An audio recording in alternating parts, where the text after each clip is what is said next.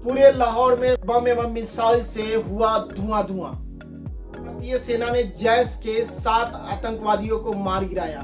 ये पाकिस्तान गैर सैनिक है, एक सप्ताह के अंदर बाप बाप चिल्लाएंगे क्योंकि इनका असली बाप हिंदुस्तानी है। पाकिस्तानी सेना पर बलूची आर्मी का हमला और बलूची आर्मी का दावा, बहुत जल्दी बलूचिस्तान हो सकता है पाकिस्तान से अलग।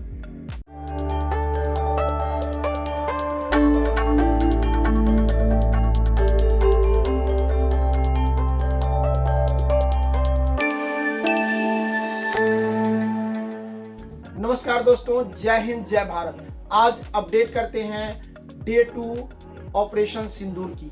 भारतीय सेना ने, भारतीय एयर डिफेंस सिस्टम ने पाकिस्तान के 7 शहरों के एयर डिफेंस सिस्टम को नष्ट कर दिया है। सबसे पहला निशाना लाहौर का, और पूरे लाहौर में धुआं धुआं है, लोगों में अफरा तफरी है और सेना बंकरों में छुप के बैठी है।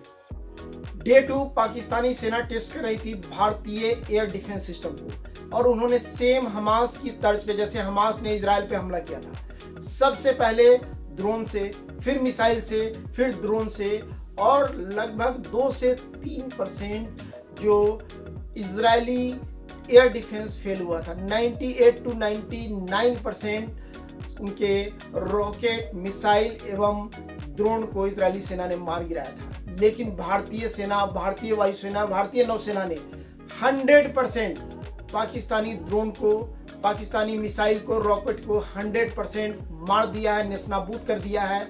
और भारत का सुरक्षा कवर दुनिया के लिए एक मिसाल है, और पाकिस्तान इस टेस्ट में फेल हो गया है, और हमने उनके हर एक शहरों पे ड्रोन से, मिसाइल और रॉकेट से हमला किया है।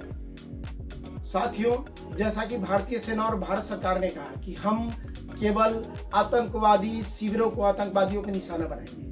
डे 2 अभी तक भारतीय सेना वैसा ही कर रही है, क्योंकि भारतीय सेना के सरकार ने हाथ खोल दिए हैं, मोदी ने हाथ खोल दिए हैं। उसके बाद भी भारतीय सेना अपने संयम का परिचय देते हुए केवल आतंकवादी शिविरों को निशाना बना रही है। और आज की एक खास अपडेट है, पाकिस्तान अपने सिविलियंस को, उन्होंने अपना जो एयर स्पेस बंद किया था, एयर स्पेस खोल, ताकि कोई भी मिसाइल उनको अटैक करे और पाकिस्तान पूरी दुनिया में रोए चिल्लाए कि हमारे एयर स्पेस पे अटैक हुआ है। तो अब वो पूरी दुनिया में रहम की भीख मांग रहे हैं। आज अमेरिकी उपराष्ट्रपति जेडी वेंस ने कहा कि हम भारत को नहीं रोकेंगे, भारत को अपनी आत्मरक्षा का अधिकार है। और आज अमेरिका ही नहीं, पाकिस्तान हर एक देश से रहम की गुजारिश कर रहा है कि भारत को रोको, क्योंकि उनके पास 4 से 5 दिन से ज्यादा का हथियार नहीं है। उनकी सेना सक्षम नहीं है कि भारतीय सेना का मुकाबला कर सके, एयर डिफेंस को भेज सके।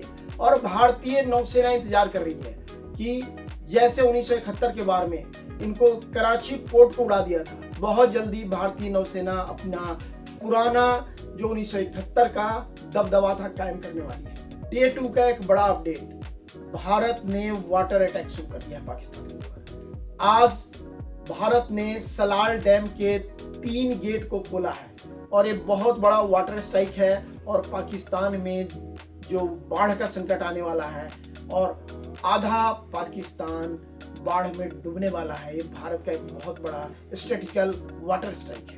डे 2 में भारत की एयर स्ट्राइक की बहुत बड़ी सफलता है। भारत ने 100% एक्यूरेसी से पाकिस्तान के सभी ड्रोन, मिसाइल्स को हवा में मार गिराया, और लगभग 100 से ज्यादा मिसाइल और 50 से ज्यादा ड्रोन को भारतीय एयर डिफेंस ने हवा में मार गिराया। विशेष करके DRDO द्वारा निर्मित इगला एस मिसाइल और आकाश मिसाइल ने उनके ड्रोन को, मिसाइल्स को, रॉकेट हवा में ही मार गिराए। भारत की बहुत बड़ी सफलता है, और आने वाले समय में पूरी दुनिया में भारत की एयर स्पेस में धाक बढ़ने वाली है। साथियों, हम बात करेंगे तुर्की की। तुर्की ने पाकिस्तान को मदद करने के लिए उसके गुहार पे अपना नेवल शिप अरब सागर में भेजा, लेकिन भारत का युद्धपोत विक्रांत वहां से उसका इंतजार कर रहा था। भारत के सबमरीनों ने उनको पीछे ढकेला, और तुर्की मजबूर हुआ वापस जाने के लिए। यह सबसे बड़ी भारत की अरबियन सी में जीत है, और आज के समय में विक्रांत और सबमरीन्स कराची के बहुत नजदीक है। अब एक जरूरत है तुर्कियों को भी सबक सिखाने की। हम उससे व्यापारिक समझौता अपना तोड़े, हम वहाँ पे जो टूरिज्म का स्कोप है, जो इंडियन तुर्की में जा रहे हैं उसको रोके और तुर्की के साथ कोई भी व्यापारिक और कोई भी व्यवहारिक रिश्ता हम ना रखें, क्योंकि वो डायरेक्ट पाकिस्तान को सपोर्ट कर रहा है। डे 3 में तुर्की का 2 सिविल एयरक्राफ्ट रॉकेट लॉन्चर और ड्रोन लेके लैंड किया है, ये भी जानकारी मिली है। तुर्कियों को सबक सिखाने की जरूरत है और उसको अगेन घुटनों पे लाने की जरूरत है। अगर जरूरत पड़ा तो तुर्की के विमानों पे भी भारतीय सेना अटैक करे, भारतीय नेवल अटैक करे, क्योंकि वो डायरेक्टली पाकिस्तान को साथ दे रहा है। चीन की अभी तक हिम्मत नहीं है, डायरेक्ट नहीं आ रहा है, इनडायरेक्ट हेल्प कर रहा है। लेकिन तुर्की से भारत सरकार इसको जरूर देखे, व्यापारिक रिश्तों में, व्यवहारिक रिश्तों में और डिप्लोमेटिक फ्रंट। पाकिस्तान फौज झूठ, प्रोपेगेंडा एंड सोशल मीडिया की फौज है। आज भी पाकिस्तान में उनके स्कूलों में बच्चों को पढ़ाया जाता है कि 1971 की जंग पाकिस्तान ने जीती। कैसे जीती? तुम्हारे 93,000 सैनिकों ने अपनी वर्दी का अपमान करके, अपनी जिल्लत करा के भारतीय सेना के सामने आत्मसमर्पण किया।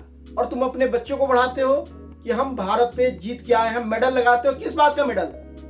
मियां मुनीर, जो तुम 10 मेडल लगाते हो, हारे हुए मेडल लगाते हो, तुम्हारे सेना के जवान लगाते हैं, तुम्हारे ऑफिसर लगाते हैं, सारे भारत से हर युद्ध हारे हैं, खदेड़े गए हैं। उसके बाद भी ये लोग प्रोपेगेंडा करते हैं। मैं न्यूज में देख रहा था, हमने 5 विमान मार गिराए, 7 तुम्हारे पास अवशेष है क्या उसका? तुम्हारी हिम्मत है? तुम्हारा एयर डिफेंस भारत ने खत्म कर दिया है, क्योंकि स्पेस टेक्नोलॉजी में हम लोग बहुत आगे हैं। तुम कहीं के भी नहीं हो और इस वार में 5 से 7 दिन टिकने वाले नहीं हो। अभी तो भारत पूरा रिटेलिएट नहीं कर रहा है।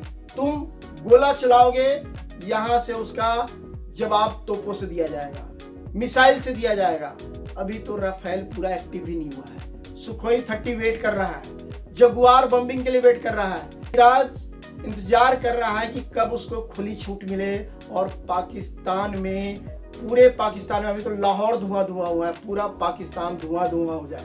दोबारा पाकिस्तान हिम्मत न कर सके कि दोबारा आतंकवादी घटना करने की और पीठ पीछे वार करने की। यह एक बड़ा सबक होगा।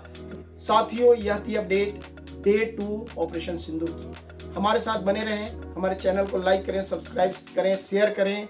एवरी डे हम आपको वार अपडेट लेके आते रहेंगे। एक बार पुनः आप सभी का धन्यवाद और आभार। जय हिंद, जय भारत।